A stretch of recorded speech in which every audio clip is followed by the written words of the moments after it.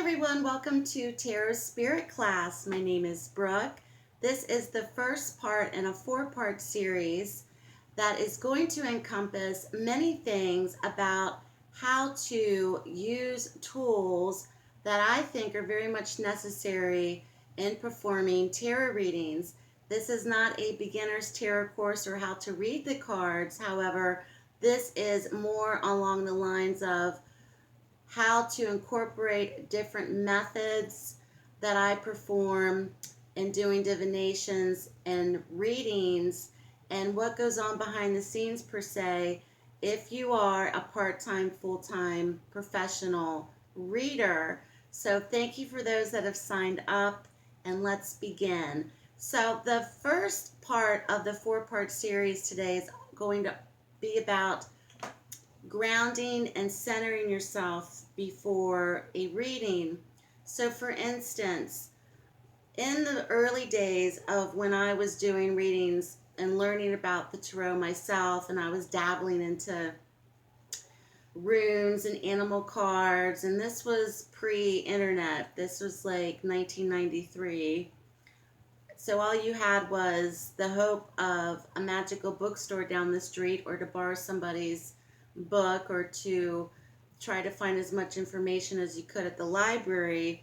There was no internet or access or videos or YouTube or anything that we have now. So back then, I really didn't understand anything, but all I knew was I wanted to learn how to read the tarot so bad. I was obsessed.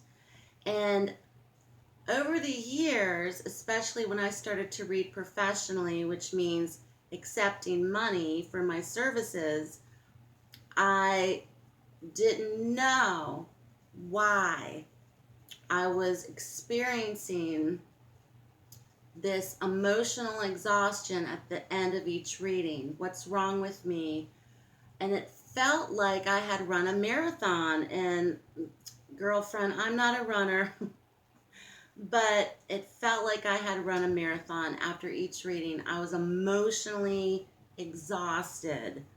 I felt like I could sleep for days, and I didn't understand what was going on. So because of the beauty of the internet, I went online and discovered, oh my gosh, I have tarot exhaustion. It's real. So for those who do read for themselves or professionally, when you feel exhausted emotionally, physically, even spiritually after a reading, there are ways to prevent that. And that's what I'm going to really talk about today, and to share my knowledge with you of the practices that I do before I prepare myself for a reading. On YouTube, many readers give themselves 100%, and you can feel it, and it takes its toll on you to where I've gotten YouTube burnout myself, because it takes its toll on you week after week, month after month, because you go to another place, and that may sound weird to some people, but you actually do. You go to another place and you're so focused on what you're doing that there's really no room for you to realize what is going on in your body, mentally, emotionally, and physically. And when I read for professional people, if I read professionally for clients, or whether I'm reading publicly on YouTube, I always ground and center myself each and every time before each reading. And this is how I do it. Now, I'm a lover of many things, and I love to use incense, in particular during readings. Incense has very much magical properties. If you're not keen on the smoke and the incense and how smoky some incense can get, and trust me, I've been choked out by some incense before. The benefits of incense are it has a lot of magical properties in terms of cleansing energies. And there's so many different incenses on the market, but I always burn incense during a reading, and I always light incense as a part of my form of protection or prayer before a reading. Grounding and centering is very much a method that you have to practice at. I've been grounding and centering for over 20 plus years when I took a meditation class in my 20s. So, grounding and centering is very important in terms of not just jumping into a reading and da da da da da da, because that's when the emotional tarot burnout starts to unravel. Once you feel that you are solid in yourself and able to give all your emotion, all your focus, all your energy to the reading, these methods will help you. So when I ground and center, I close my eyes, I take deep breaths, and I picture myself as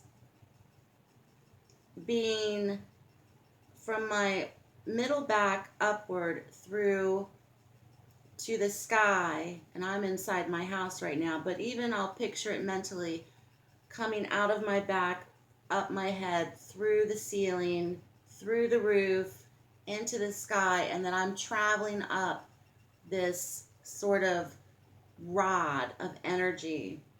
And I go up and I'm closing my eyes and I'm picturing this, and I go up, up, up, up, up, up, up, as far as I can go, to feel like I'm being attached to something. And then I come down. When I'm ready, I'll come down, and it'll come through me again and through my legs to my feet and through the floor, which will root me.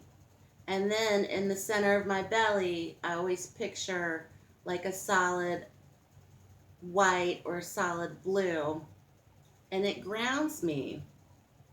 And whenever I read, I try to sit up in a chair, and I try to sit up straight and keep my feet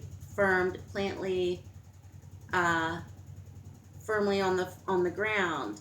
So that allows me to not feel so scattered and rushed and oh my gosh, and I quiet my thoughts about what's happening in my family or in my life or with my children or whatever, so you have to empty yourself of these things in order to really focus. And after that, I always ask for spiritual help and send out a prayer. And I'm going to get more to that next week. But the grounding and centering part is very important. If you don't do that, and if you do multiple readings, especially if you're a reader on YouTube, one after the other, if you break it out in a few hours or in a couple of days and take your time with it, if you don't do that, you will get emotional burnout. And I have a tendency to get very hungry. I have a tendency to get very thirsty. I get headaches sometimes, and I feel very tired at the end of that whole day. And it's real. It's a real thing. And many readers, of course, don't speak about this. I have found many forums online, tarot forums, where people do talk about this. So it's very important, and there's many different ways and many different methods of grounding and centering, which I'm sure many of you that are watching have books about it, have different methods that you can use, whatever works for you. But that's the method that I do, that I've learned from different classes that I've taken and different books that I've read, especially before prayer or performing spells or rituals back in the day when I was running around, my little witchy self.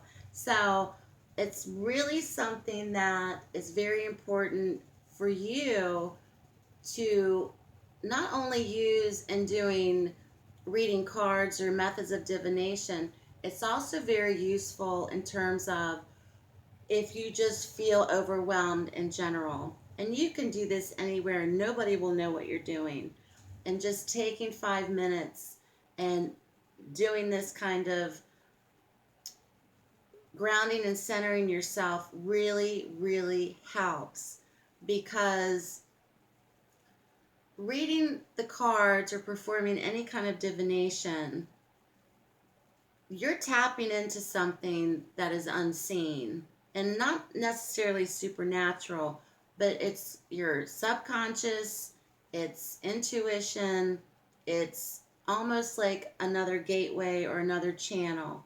You're tapping into something, especially if you feel the message come through you, especially when you hear divine source, as I call it, or spirit talk to you or guide you, whether you're doing public readings, private readings, online readings. So it's very much something that once you ground and center before performing anything where you're giving so much of yourself, you're basically tapping in or turning the key into someone else's life, more or less.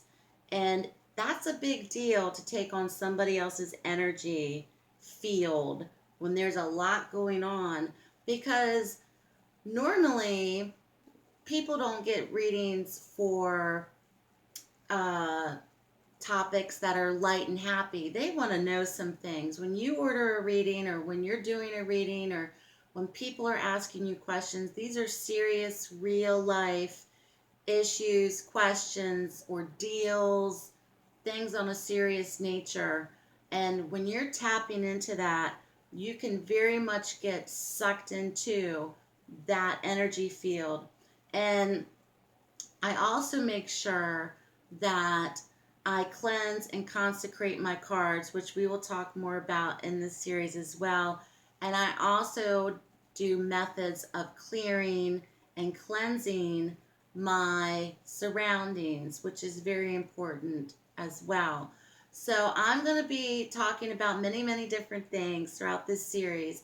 And I wanted to share this with those who perhaps have never thought about it, or wow, that's a good idea, because trust me, I didn't even realize what was wrong with me for many, many years, as to why am I like, whew, I'm like worn out, after reading for this person or these couple people. And a couple readings in a day can really take a toll on a tarot reader, especially if they're like 1 hour readings. It can take a toll on you emotionally, and it can show up in your body physically. So it's very important to ground and center.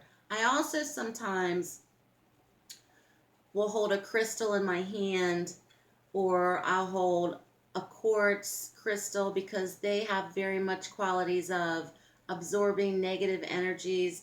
Or I can pair them with another stone. This is I can't say it, Amazon Night. And quartz has an ability to take on other energies. So I'll hold on to a crystal while I'm grounding and centering, sometimes just to hold on to something.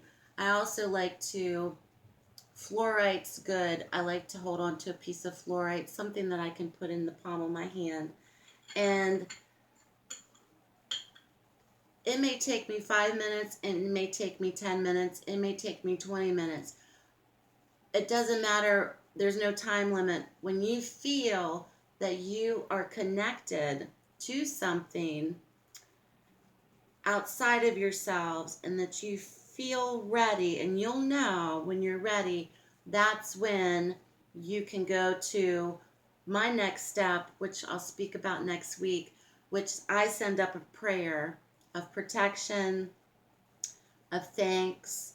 I offer up a prayer to many things. So that's something that I always encompass in my readings as well, as a thank you, but also as a form of spiritual protection, because I really do believe that as a reader, you're tapping into something that is unseen at times, and it's very much all about energy, and it's very much all about protecting yourself from that energy field, because it can go haywire sometimes. And for those that are watching, you know what I mean. So, anyway, this is the first class of the four-part series of Tarot Spirit.